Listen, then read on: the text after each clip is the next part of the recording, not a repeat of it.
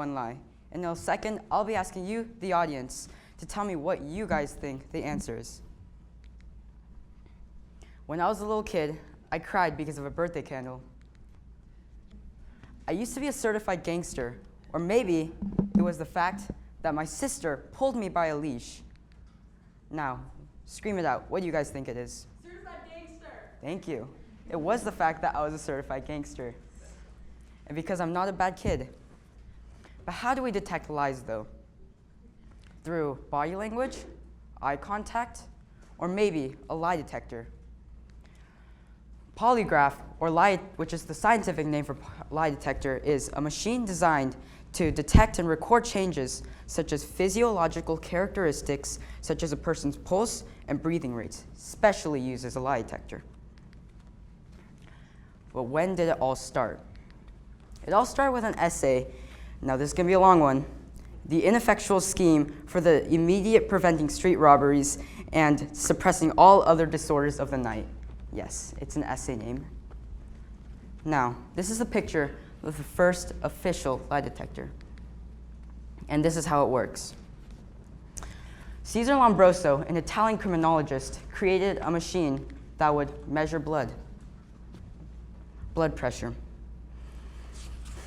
James Mackenzie, a cardiologist, created a machine that would measure the upper and lower respiratory rates.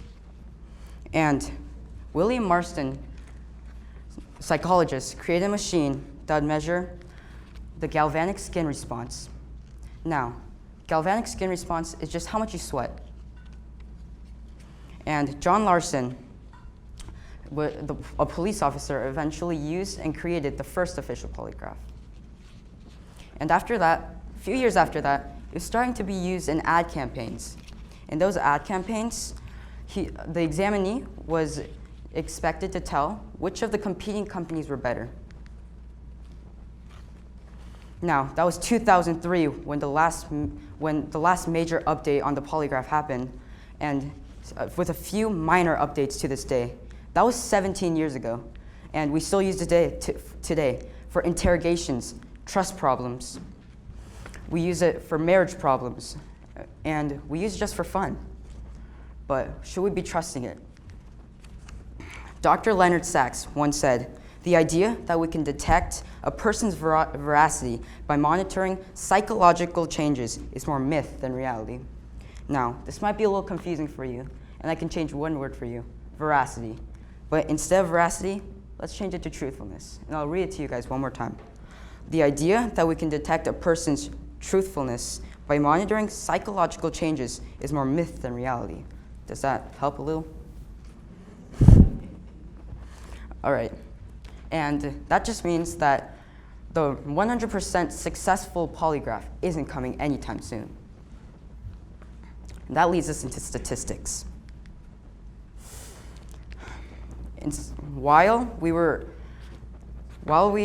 trying to find the real percentage, it's very broad topic.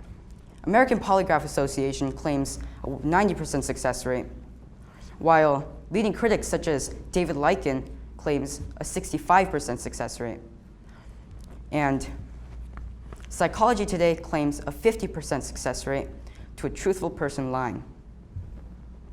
And to be honest, there is no official answer. And here's why. Imagine you're taking the polygraph test right now, and the examiner asks you, the examinee, a few control questions. And if the control questions think you're lying, then it puts a dot on the polygraph, which serves as a mark. So, for example, you lie about something, and now it puts that mark, because from the control questions, now it thinks that you're lying. But now, rewind that scenario. And the examiner asks you a few questions like, have you ever lied to get out of trouble?